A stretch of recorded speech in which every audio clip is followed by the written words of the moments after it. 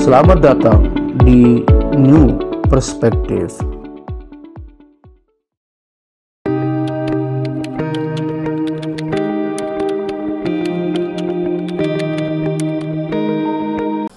Assalamualaikum warahmatullahi wabarakatuh. Kembali lagi di New Perspective. Seperti biasa, saya sudah ditemani oleh dua narasumber, Bapak Dr. Saiful Hamdi selaku pengamat politik di Universitas Mataram, dan Mas Yani selaku pengamat politik di Nusa Tenggara Barat. Bagaimana kabarnya Pak Dokter dan Mas Yani? Alhamdulillah Mas Iban, sehat. Ya, kalau beberapa minggu yang lalu kita sempat membahas tentang peluang koalisi beberapa partai di Pilgub NTB, yang tentunya jabatan gubernur dan wakil gubernur di NTB juga akan berakhir tahun 2023 ini. Dan tentu kita tidak akan terlepas dari pembahasan tentang PJ gubernur juga sebenarnya, karena pada masa transisi ini kan tentu akan ada PJ gubernur yang akan menggantikan sebelum pilkada itu terlaksana. Nah, sejauh ini DPRD NTB sudah mengusulkan 3 nama gitu untuk diusulkan ke pusat sebagai PJ gubernur NTB. Nah, menurut pandangan dari para narasumber di sini, saya ingin ke Mas Yani dulu. Sejauh mana sebenarnya peluang dari 3 nama ini akan terpilih sebagai PJ gubernur? Sementara yang kita ketahui juga Mendagri juga memiliki wewenang atau hak lah ya untuk menyampaikan atau mengusulkan 3 nama. Bisa jadi 3 nama itu bukan dari yang diusulkan oleh DPRD ini. Bagaimana Mas Yani melihat 3 nama tersebut? Ya, Assalamualaikum warahmatullahi wabarakatuh. Salam. Ya, terima kasih kepada host. Nah, yang pertama mungkin yang perlu kita ketahui bahwa pemerintahan Zurwan ini kan akan berakhir 19 September 2023, artinya tinggal 1,5 bulan gitu.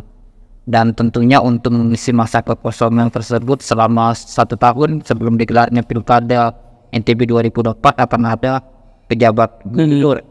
Nah, untuk proses pengisian pejabat gubernur ini ada 2 mekanisme, yaitu yang pertama adalah usulan dari DPRD NTB. Artinya DPRD NTB ini diberikan kewenangan oleh pemerintah pusat untuk mengusulkan 3 nama sebagai pejabat gubernur NTB ke pemerintah pusat begitu.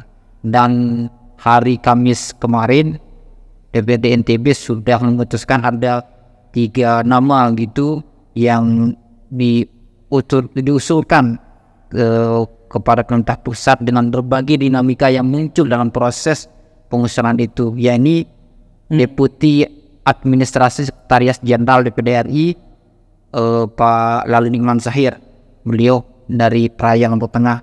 Terus yang kedua Lalu Gita Aryadi, Sekretaris Daerah yang sekarang. Dan yang ketiga Sekretaris Jenderal Kementerian Agama Prof. Nizar Ali gitu. Nah, tapi di sisi lain juga Kemendagri juga punya kewenangan untuk mengusulkan 3 nama sebagai PJ gubernur, dan kita juga belum tahu ini siapa 3 nama yang diusulkan oleh Kemendagri. Nah, yang perlu mungkin sedikit juga kita perlu stressing adalah dalam proses pengusulan 3 nama di DPD ini kan sempat cukup riuh juga gitu terkait dengan boleh atau tidaknya jabatan rektor untuk diusulkan. Dan seperti yang kita ketahui dari pemberitaan media massa ini kan sempat muncul 2 pandangan hukum begitu. Ada yang mengatakan bahwa jabatan rektor ini adalah jabatan fungsional sehingga tidak bisa diusulkan, karena memang di persyaratan itu adalah yang boleh diusulkan adalah jabatan struktural begitu. Tapi ada juga di sisi lain juga yang berpandangan bahwa jabatan rektor ini jabatan yang boleh diusulkan karena dia adalah jabatan yang setara begitu Bang ya. Nah, cuma mungkin saya tidak akan membahas ke situnya. Cuma memang menjadi menarik memang diskursus dua pandangan ini yang sempat mengemuka di NTB begitu. Kita ketahui juga memang dari aspirasi dukungan masyarakat yang masuk ke DPRD NTB itu memang Rektor UI Prof. Mas Mutahir ini yang paling banyak dukungannya, hampir mencapai sekitar 450 dukungan dari berbagai kelompok masyarakat begitu. Sedangkan Pak Nikman Zahir itu mungkin sekitar 125 dukungan. Sedangkan Pak Sekda itu sekitar 35 dukungan. Nah, kalau Pak Nizar Ali itu kalau saya lihat itu dia mengusulkan dirinya sendiri, tidak atas rekomendasi dukungan, tapi memang itu diperbolehkan secara undang-undang begitu.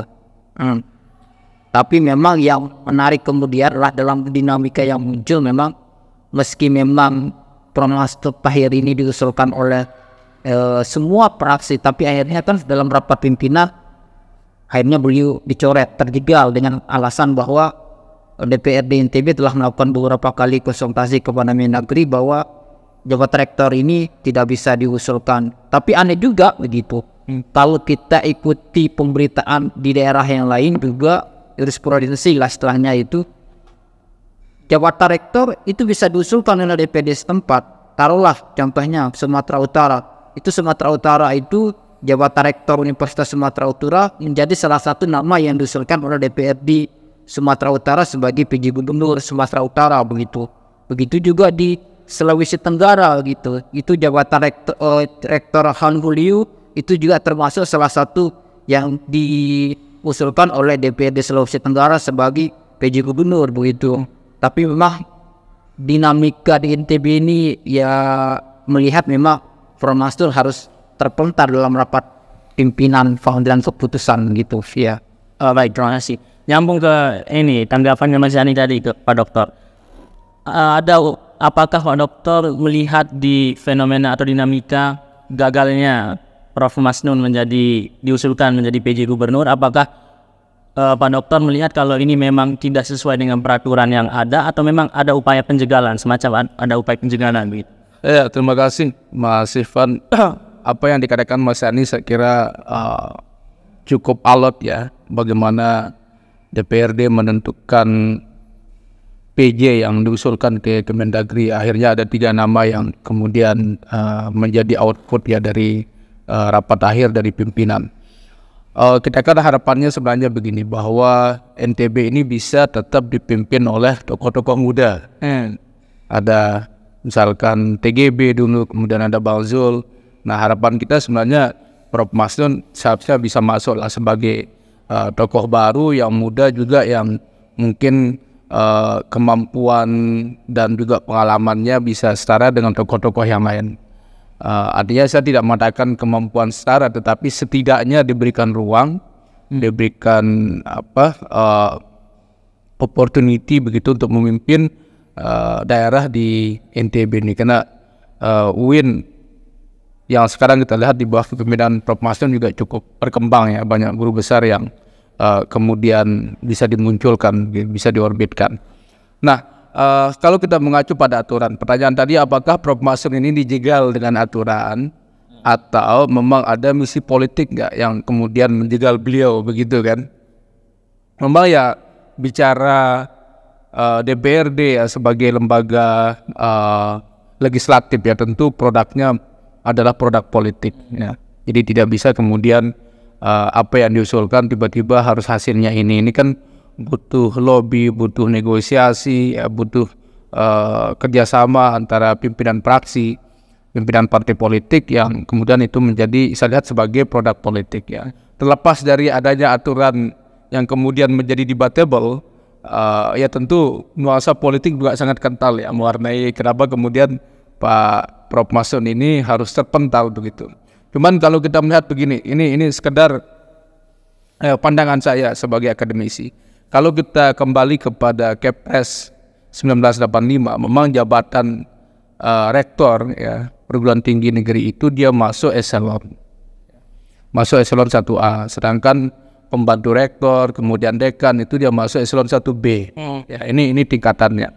Kemudian yang lain-lain kayak pembantu dekan dia masuk eselon 2. Nah, kemudian terjadi perubahan di Kepres tahun 98-99 bahwa untuk memudahkan, karena kalau kita lihat kan bicara eselonisasi ini dia berjenjang karirnya.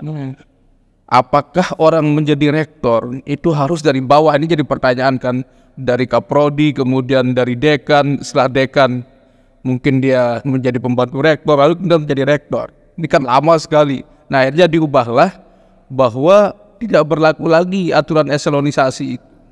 Jadi dia menjadi jabatan fungsional dengan tugas tambahan. Jadi rektor itu menjadi tugas tambahan. Sehingga apa? Bahwa ini ini tujuannya sebenarnya mengubah jabatan rektor itu bukan sebagai jabatan eselonisasi. Saya kira terminologi struktural tetap, saya kira ini jabatan struktural menurut saya. Tetapi apakah dia masuk eselonisasi? Nah ini yang kemudian Kepres 98 dia tidak masuk eselon. Tetapi ya, kita jangan lupa ini tingkatannya sama gitu kan. Tingkatannya sama bahwa rektor itu pada Kepres 1985 itu masuk eselon 1A. Nah ini yang kemudian mungkin perlu kita perhatikan juga gitu, sehingga menafsirkan undang-undang itu tidak harus sekaku yang ada. Ya jadi kembali kepada yang tadi bahwa memang pertimbangan pemerintah kenapa kemudian jabatan rektor itu masuk di jabatan fungsional, tidak masuk di eselon, karena memang eselon itu identik dengan struktural. Ya.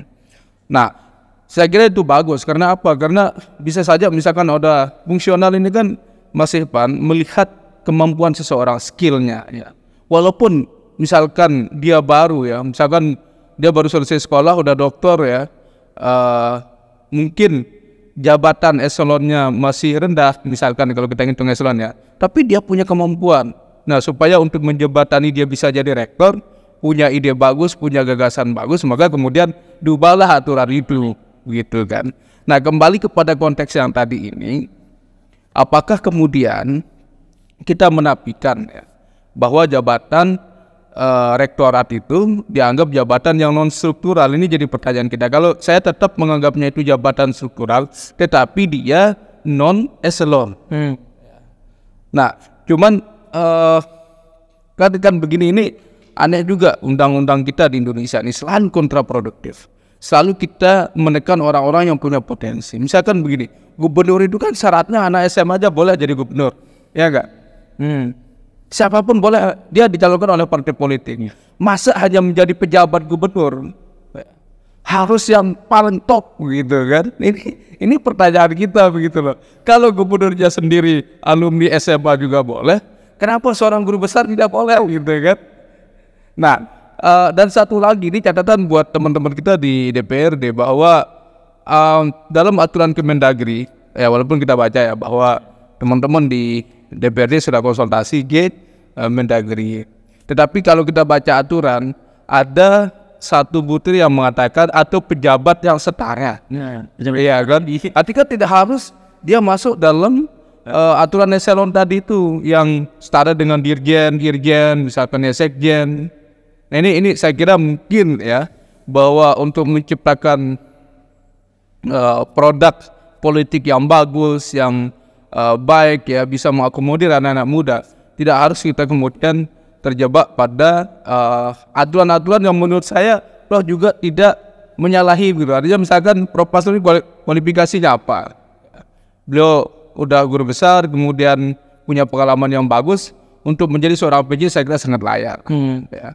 Nah ini lagi-lagi ya bisa saja dengan orang terjegal kena aturan, tetapi tentunya ada juga agenda-agenda politik yang mungkin Mas Yani bisa juga melihat. Karena 9 praksi yang mengusulkan beliau ini sangat kita sayangkan gitu, bahwa kan PKB yang memotori pengusulan Dr. Masrur ini dengan praksi-praksi lain, saya kira ini seharusnya bisa diakomodir lah begitu kan, supaya kita juga punya pemimpin yang muda yang mungkin dia punya bakat memimpin begitu. Ya terkait dengan ini dari saya cukup menarik ya, yang atau pejabat yang setara. Apakah ini sebenarnya sesuatu yang pejabat yang setara ini spesifik merujuk ke jabatan-jabatan tertentu atau memang masih belum jelas begitu? Kalau yang setara berarti kan namanya setara tidak harus sama kan? Ya enggak. Ketika eselon misalkan eselon 1 sama dengan sekjen, dirjen misalkan ya, itu kan jabatan eselonisasi, jabatan eselon. Kalau kemudian ada istilah setara, berarti kan di luar itu kan boleh. Ya enggak, yang setara gitu kan. Termasuk rektor juga. Ya termasuk rektor, karena dulu dia jabatan eselon di Kepres 1985 begitu. Maka itulah kritik saya terhadap aturan negara ini, kita selalu membatasi diri kita ya. Misalkan sama kayak PNS nggak boleh, artinya harus mundur ketika dia mencalonkan diri menjadi pejabat eksekutif. Misalkan kita mau nyalon jadi gubernur misalkan atau wali kota. Kenapa harus mundur begitu? Logikanya kan dia belum jadi, kok disuruh mundur? Yang rugi siapa? Negara. Orang ini setelah dia nggak jadi pengangguran kan begitu ya. Ya nggak jadi pengangguran, nggak ada kerjaannya. Padahal ini jadi gubernur itu tujuannya mengabdi kepada negara, PNS juga mengabdi kepada negara. Kenapa harus dipersoalkan? Setahu saya idealnya kan ya dia cuti lah sementara kan. Dia cuti, lalu ketika dia tidak berhasil, misalkan dikembalikan lagi. Ini kan orang diancam misalkan ya. Termasuk dewan juga. Dewan ini menurut saya ya apa saya bilang ya, ya membuat undang-undang juga mereka. Anehnya mereka juga gak bisa nyalon kecuali mundur, kan aneh ya. Justru kepala daerah yang lain boleh nyalon. Misalkan dia wali kota, boleh dia nyalon ke gubernur, dia nggak terganggu jabatannya. Ini kan keliru ini. Ya, harusnya jabatannya yang artinya belum selesai, punya tanggung jawab besar di wali kota, seharusnya itu jadi pertaruhan. Kalau saya makanya inilah negara kita ini saya kira perlu merasionalisasi ya. Undang-undang itu jangan sampai terlalu khawatir kepentingan kelompok, kepentingan partai. Nah inilah saya kira kedepannya pemerintah perlu membuat aturan yang lebih mengakomodir lah. Right. Mungkin harapan kita bersama ya terkait dengan itu, Pak Dokter. Oke, saya mau ke Mas Yani dulu. Di samping memang ada ada isu kalau memang seperti tadi ada penjagalan terhadap khususnya Prof. Masrun ya, terlepas dari benar atau tidaknya. Ada satu dinamika lagi yang mungkin cukup menarik yang perlu kita diskusikan terkait dengan adanya nama PJ Gubernur yang diusulkan oleh DPRD NTB yang bukan orang NTB. Oke. Ya, memang cukup mengagetkan juga ya. Salah satu nama yang mencuat ini kan Prof. Nizar Ali, ya Sekretaris Jenderal Kementerian Agama. Padahal jauh-jauh hari sebelumnya memang beliau hampir tidak pernah diprediksi kemunculan beliau begitu. Kalaupun misalnya yang berkembang itu memang dari awal adalah Pak lalu Mazahir, lalu kita Aryadi, Prof. Masur, Tahir gitu, Rektor UIN. Kalau yang Prof. Nizarin hampir memang luput begitu dari diskursus kita begitu, karena memang nama beliau tidak pernah muncul. Cuma memang informasi yang kita dapat itu adalah beliau ini muncul di masa injury time. Nah, muncul di menit terakhir adalah penutupan penerimaan aspirasi oleh DPRD NTB terkait dengan usulan PJ Gubernur ini. Nah, kembali lagi lah, kan DPR ini adalah lembaga politik. Tentu mereka juga punya agenda-agenda politik tertentu, ya, sehingga sangat mungkin memang terpentalnya Prof. Masrun ini juga kita tidak bisa lepaskan dari skenario-skenario politik yang ada. Meski memang dalih yang muncul ke permukaan itu adalah karena terbentur persoalan aturan ini, ya. Tapi memang itulah politik gitu. Jadi politik ini adalah kepentingan gitu. Siapa mendapatkan apa, siapa memperoleh apa begitu. Nah, dan terkait dengan pemunculan Prof. Nizar ini juga memang suara-suara sudah mulai muncul juga terkait dengan adanya penolakan PJ Gubernur dari luar. Karena kita tahu memang beliau adalah bukan orang ITB. Tetapi sepenuhnya memang untuk kewenangan siapa PJ Gubernur ini kan memang hak prerogatif dari Presiden. Meski memang usulan dari DPRD yang 3 ini belum tentu juga akan dipilih begitu. Karena memang ada usulan juga dari Kemendagri, ada 3 nama. Meski sampai saat ini memang kita tidak tahu siapa saja yang menjadi usulan dari Kemendagri untuk NTB ini. Tapi memang ada nanti tim penilai akhir itu yang khusus untuk men-tracking nama-nama yang memang diusulkan baik dari DPRD NTB maupun di Kemendagri, yang kemudian nanti akan disampaikan kepada Presiden dengan berbagai pertimbangannya. Presiden baru kemudian akan memutuskan siapa PJ Gubernur NTB. Tapi memang informasi terakhir bahwa PJ Gubernur ini akan diputuskan itu nanti pada akhir Agustus, akhir bulan ini gitu. Sehingga memang usulan dari DPRD ini hari Senin harus sudah masuk ke Kemendagri. Karena Dr. Zul ini akan berakhir pemerintahannya pada tanggal 19 September 2023. Ya, itu aja. Oke, terakhir mungkin saya ke Pak Dr. Saiful Hamdi. Lanjut ke pertanyaan pertama sebenarnya tadi yang belum sempat terlalu spesifik dijawab terkait dengan bagaimana besar potensi 3 calon atau 3 nama yang diusulkan DPRD ini untuk dipilih oleh pemerintah pusat. Karena kalau kita berbicara tentang ini kan sebenarnya tidak terlepas juga dari jaringan ke pusat juga gitu.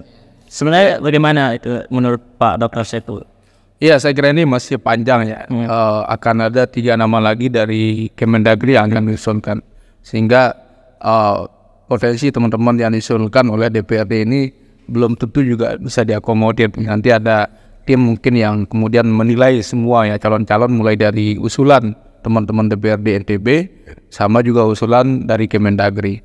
Tetapi dari 3 nama ini saya kira kalau kita bicara pengetahuan, skill, pengalaman ya, mereka ini kan orang-orang top lah ya, orang-orang top yang sudah S3, apalagi ada Profesor Nizar Ali tadi, beliau seorang guru besar yang sekarang menjabat sebagai Sekjen di Kemenak ya, di Kementerian Agama Republik Indonesia. Tapi yang menarik begini Mas Ipan, orang selalu bertanya, oh ini kan bukan dari NTB, bukan dari Lombok begitu kan, boleh nggak dia mencalonkan diri? Nah kalau kita bicara konteks undang-undang dan konteks keindonesiaan, ya, itu sebenarnya siapa saja boleh. Siapa saja boleh, asal dia masuk aturan. Ya kan, beliau ini seorang sekjen, kemudian pastinya beliau akan, artinya secara nominasi beliau masuk kualifikasi ya, dengan jabatan itu.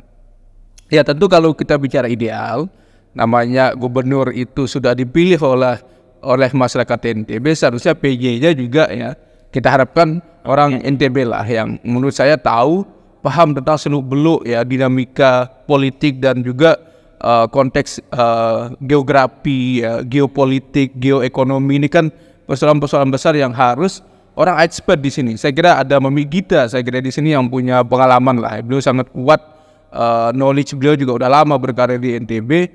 Saya kira mungkin beliau sedikit lebih ya dibanding tokoh-tokoh yang lain. Kalau kita bicara tentang pengetahuan ya, karena beliau sudah berkarir di lembaga Pemda NTB. Ya tentu juga ada putra daerah yang lain. Lalu Nikman Dahir, saya kira pastinya beliau juga, saya tidak mengatakan beliau tidak punya pengetahuan ya, tidak punya pemahaman geopolitik, geoekonomi, pasti beliau juga sudah memahami itu semua. Tetapi mungkin ya dari 3 nama ini saya melihat potensi Mami Gita mungkin lebih besar karena beliau sekarang menjadi sekda, dan beliau juga punya pengalaman ya. Kalau pemerintah misalkan terlepas dari unsur politik lah ya, misalkan beliau didukung oleh PKS atau partai yang mungkin ya didukung oleh rekomendasi Pak Gubernur juga, tetapi saya kira jabatan sekda menjadi suatu yang sangat potensial untuk dikonversi menjadi PJ Gubernur. Nah, kemarin Pak Dr. Jadi harapan kita semua ya, semoga siapapun yang terpilih nanti jadi PJ Gubernur itu memberikan kemaslahatan untuk masyarakat NTB khususnya. Saya kira itu saja untuk diskusi pada kesempatan ini. Saya ucapkan terima kasih pada Iwan Arifbar. Sampai berjumpa di New Perspective selanjutnya.